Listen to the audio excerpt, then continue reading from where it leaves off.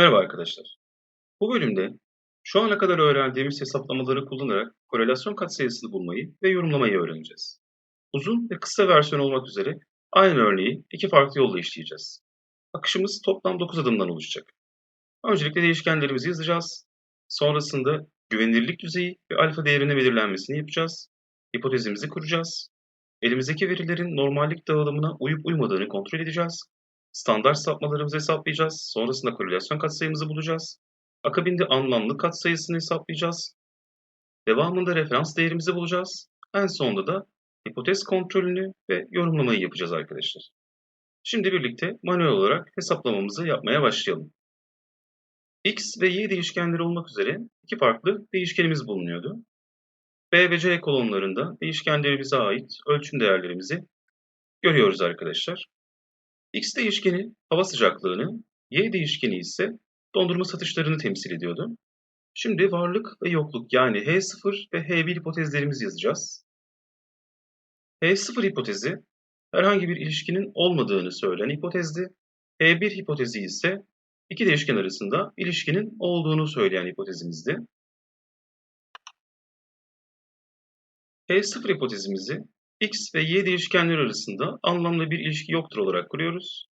H1 hipotezimizi ise yani alternatif hipotezimizi ise X ve Y değişkenleri arasında anlamlı bir ilişki vardır olarak kuruyoruz. Güvenilirlik düzeyimizi %95 olarak belirleyelim. Buna göre alfa değerimiz 0,05 olacak. Bu X değişkeni için veya Y değişkeni için değişmiyor. Araştırmanın genel değerleridir arkadaşlar. Örneklem sayımız ölçüm değerlerimizi gösteriyor. Toplamda 30 adet örneklemimiz var. Mod değerlerini hesaplayalım. Mod en çok tekrar edendi arkadaşlar. En çok tekrar eden tek formülünü kullanarak hesaplayabiliriz. Önce x değişkenimiz için hesaplıyoruz. 19 olarak çıktı. Şimdi formülü sağa kaydırıp y değişkeni için hesaplayalım. 6 olarak göründü. Medyan ortancaydı arkadaşlar. Ortanca formülünü seçip yine x ve y için ayrı ayrı hesaplıyoruz. X değişkeninin medyanı 23,5 olarak çıktı. Y değişkeni için ise 10,5 olarak çıktı. Ortalamalarımızı bulalım. Eşittir ortalama formülü ile x değişkenimizin ortalaması 22,7, 10,8 olarak çıktı. Sayıları küçültelim. Evet. Mod, medyan ve ortalama değerlerini bulduk. Değerler birbirine yakın olarak görünüyor. Şimdi elimizdeki veri setinin normallik dağılımına uyup uymadığını tespit etmemiz gerekiyor arkadaşlar. Çünkü eğer normallik varsayımını karşılamıyorsa korelasyon analizini yapamayız. Çünkü parametrik olma koşulunu yerine getirememiş olacağız. Hemen hesaplayalım. Çarpıklık için eşittir. Çarpıklığı kullanıyoruz.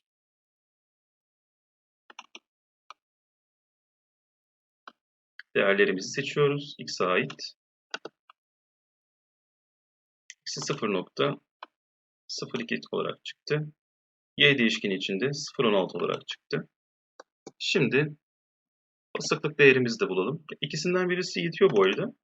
Ancak görmek için ayrı ayrı hesaplıyor olalım.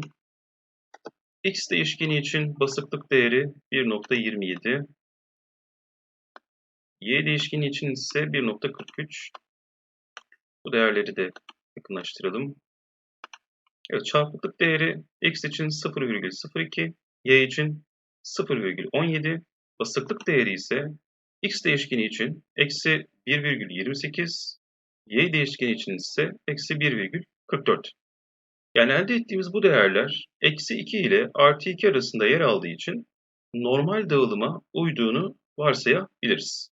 Serbestlik derecemiz örneklemin bir eksiğiydi arkadaşlar. Yani aslında her ikisi için de 29 olarak yazabiliriz. Şimdi buraya kadar olanları bir özetleyelim. H0 hipotezimiz X ve Y değişkenleri arasında anlamlı bir ilişki yoktur. T1 hipotezimiz x ve y değişkenleri arasında anlamlı bir ilişki vardır olarak kuruldu.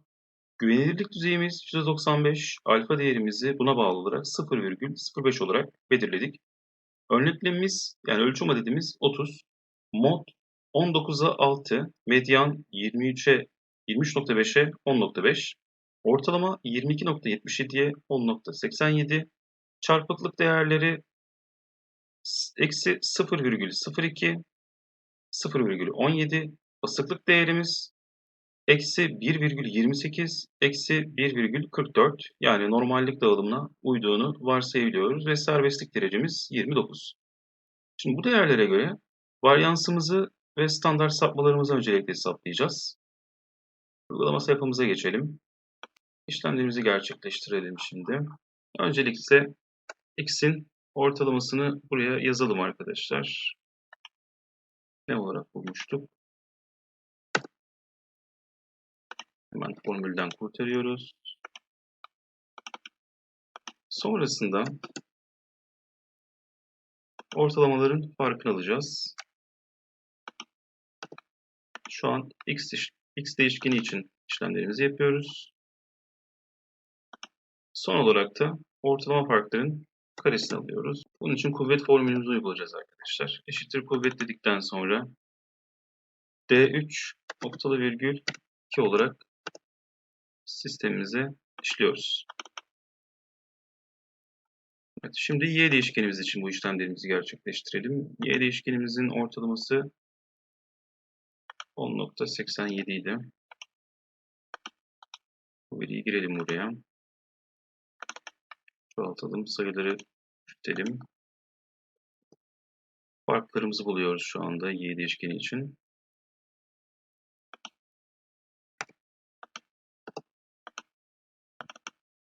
Farkları bulduk. Şimdi farkların karesini alacağız. Eşittir kuvvet diyoruz.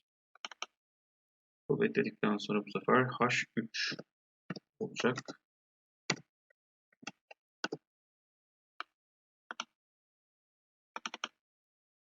Evet, değerlerimizi hesapladık. Şunları düzeltelim. X olarak kalmış. Kopya yapıştır yaptığımız için.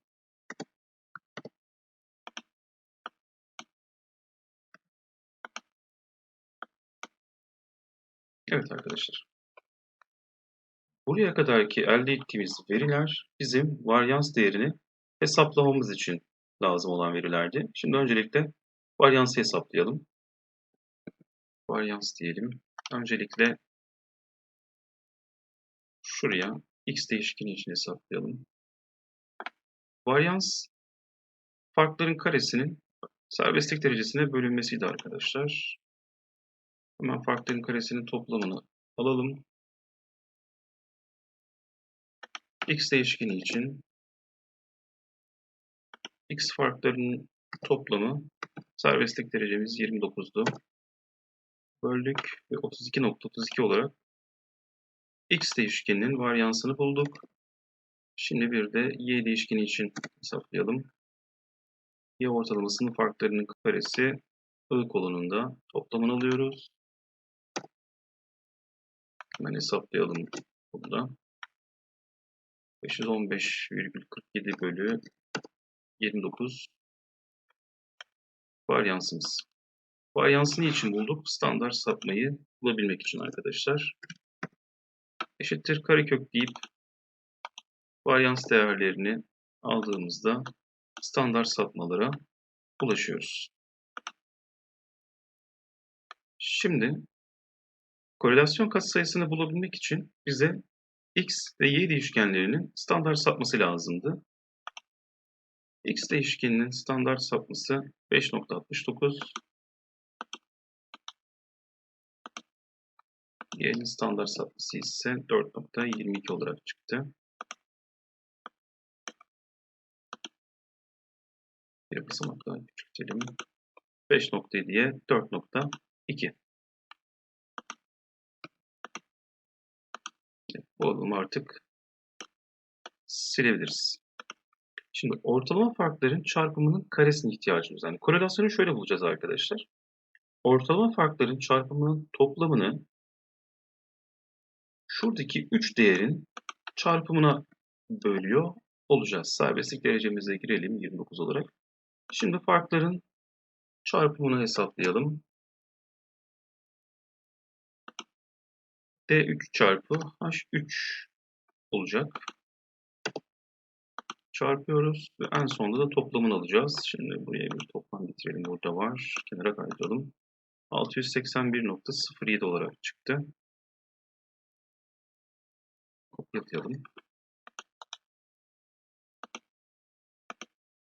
Şimdi formülümüzü uyguluyoruz. Eşittir dedik. Farkların çarpımının toplamını yazıyoruz. Bölü dedikten sonra parantez açıp X standart sapmasının değeri, Y standart sapmasının değeri ve serbestlik derecesini bularak korelasyon katsayımızı elde ediyoruz arkadaşlar. Korelasyon katsayımız 0,98 olarak çıktı. 1'e oldukça yakın. Yani bu değeri çok güçlü olarak yorumlayabiliriz. Yani şu an elde ettiğimiz 0,98 katsayısı korelasyon değerlendirmesinde pozitif yönlü ve oldukça güçlü doğrusal bir ilişki olduğunu bize gösteriyor. Şimdi elde ettiğimiz değerleri ana sayfamıza taşıyalım. Evet. Şimdi elde ettiğimiz bu korelasyon katsayısının çok yüksek olduğunu görüyoruz. Ancak istatistiksel olarak, bilimsel olarak anlamlı mı değil mi bunu test etmemiz lazım. Bu testi gerçekleştirebilmek için de öncelikle anlamlı katsayısını bulacağız. Sonra referans katsayısını, referans değerini bulacağız. Sonrasında da bu iki değeri birbiriyle kıyaslayacağız arkadaşlar. Şimdi t istatistik değerimizi yani anlamlılık değerini bulacağız. T istatistik değerinin formülü bu şekildeydi arkadaşlar. Yani R bölü SR. Biz R'yi biliyoruz. R korelasyon katsayısıydı. Hemen yazalım. Şuraya kopyalayalım. Şimdi alt kısmı bulmaya çalışacağız. Yani payı biliyoruz. Paydayı bulmaya çalışacağız. Öncelikle 1 eksi R kareyi bulmaya çalışalım. R kare değeri kuvvetle bulacaktık. Eşittir kuvvet dedikten sonra korelasyon katsayımızı seçip akabinde de 2 başlık basarak R kare değerini bulabiliyoruz. Biz bu değeri 1'den çıkaracağız. 0,04 gibi bir değer çıktı arkadaşlar. Akabinde de n-2'yi bulacağız. N'imiz 30'du. Eşittir 30 eksi 2 dediğimizde de 28 değerine ulaşıyoruz. Şimdi arkadaşlar biz SR için pay ve paydayı bulduk. Hemen hesaplamamızı yapalım. Pay bölü payda dediğimizde sıfıra çok yakın bir değer çıkıyor. 0,00143. Şimdi arkadaşlar R değerini bulduk. SR değerini bulduk. Daha doğrusu SR değerini bulmamıza az kalmış. Karekök formülünü kullanmamız gerekiyor bu aşamada. Eşittir karekök dedikten sonra değerimizi seçip Enter'a bastığımızda karekökü de bulmuş oluyoruz. Şimdi artık R ve SR değerlerimiz var. Eşittir R bölü SR yaptığımızda 25,92'lik T istatistik değerine yani anlamlılık değerine ulaşmış oluyoruz. Anlamlılık değerimizi de hemen buraya yazalım. Referans değerini arkadaşlar eşittir T ters formülüyle buluyorduk. Olasılığımız %0,05'ti. Seçtik. Serbestlik derecemiz 29'du. Seçiyoruz. Ve ortaya 2,04 gibi bir değer çıkıyor. Yaklaşık olarak 2,05. Şimdi arkadaşlar elde ettiğimiz anlamlık katsayısı yani T istatistik değeri eğer referans değerinden büyükse P1 hipotezini kabul ediyorduk. Küçük ise P0 hipotezini kabul ediyorduk. T istatistik değerimiz 25,92. Referans değerimiz, T tablo değerimiz 2,05 olarak karşımıza çıktı. Dolayısıyla T istatistik değeri referans değerinden, P tablo değerinden büyük olduğu için P0 hipotezini reddediyoruz, P1 hipotezini kabul ediyoruz. Yani diyoruz ki X ve Y değişkenleri arasında anlamlı bir ilişki vardır. Bunu biraz daha detaylandırmak gerekirse yorumu şöyle yapabiliriz. X ve Y değişkenleri arasında %95 güvenilirlik düzeyinde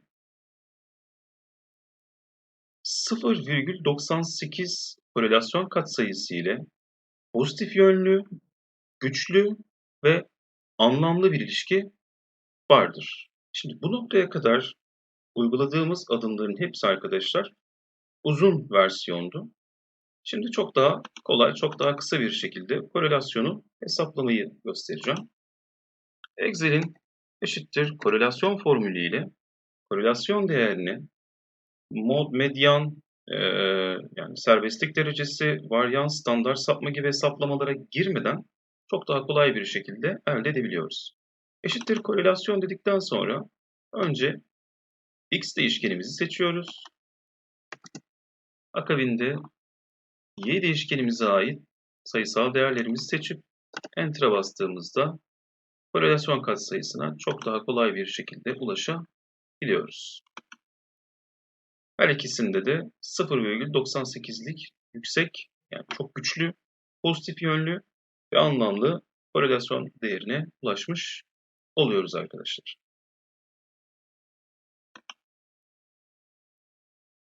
Yani aslında 9 adım yerine 4-5 adımda korelasyonla ilgili tüm işlemlerimizi tamamlayabiliyoruz. Anlamlı katsayısını belirlemek ve referans değerini seçmek için yine Excel'den aslında yararlanmıştık. Bunlar baki kalıyor, farklı bir işlem yapmıyoruz. Ancak korelasyon için bu sayfada gördüğümüz adımların hiçbirini uygulamaya gerek kalmadan eşittir korelasyon formülüyle elde edip ilerleyebiliyoruz arkadaşlar.